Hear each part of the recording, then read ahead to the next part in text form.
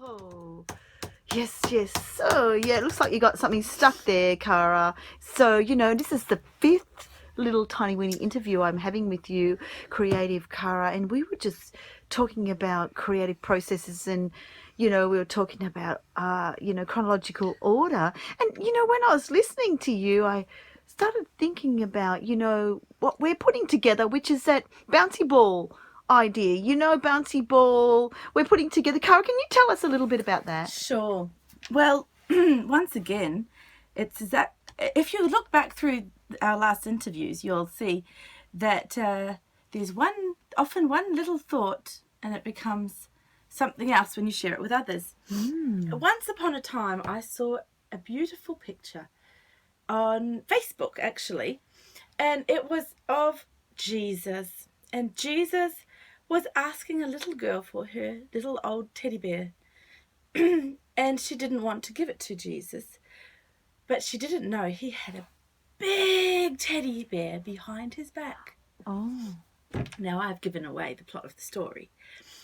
But from that, and when I shared it with Jesus and I shared it with Vicky, something new came from it that's never been seen before.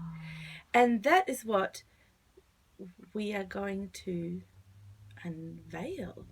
Yes. At Eden. Yes, it's true.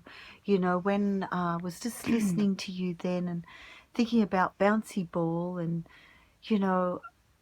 when I read the script that you wrote, like that's a chronological kind of thinking thing, but, that kind of just flowed out of your heart. Is that right? No, it didn't flow out of my heart.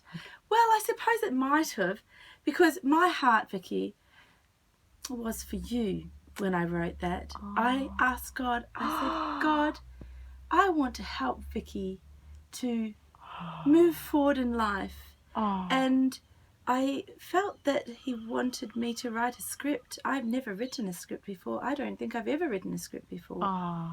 But when he collaborated with me, I know something magical happened, because I sent it to you and you laughed and laughed and laughed and you cried and cried and cried. And I know that wasn't me.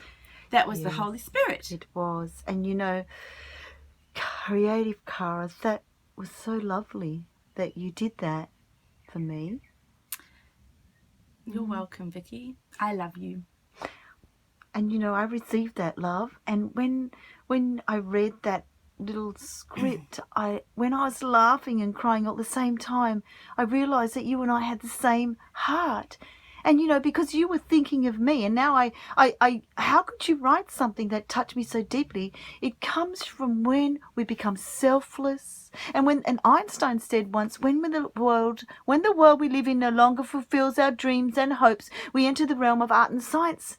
And perhaps that's an amazing thing. It Vicky. is amazing. And perhaps that's what Jesus' creative bonding is all about. It's let's just forget about pleasing ourselves and let's start loving one another, and that's when the river really flows.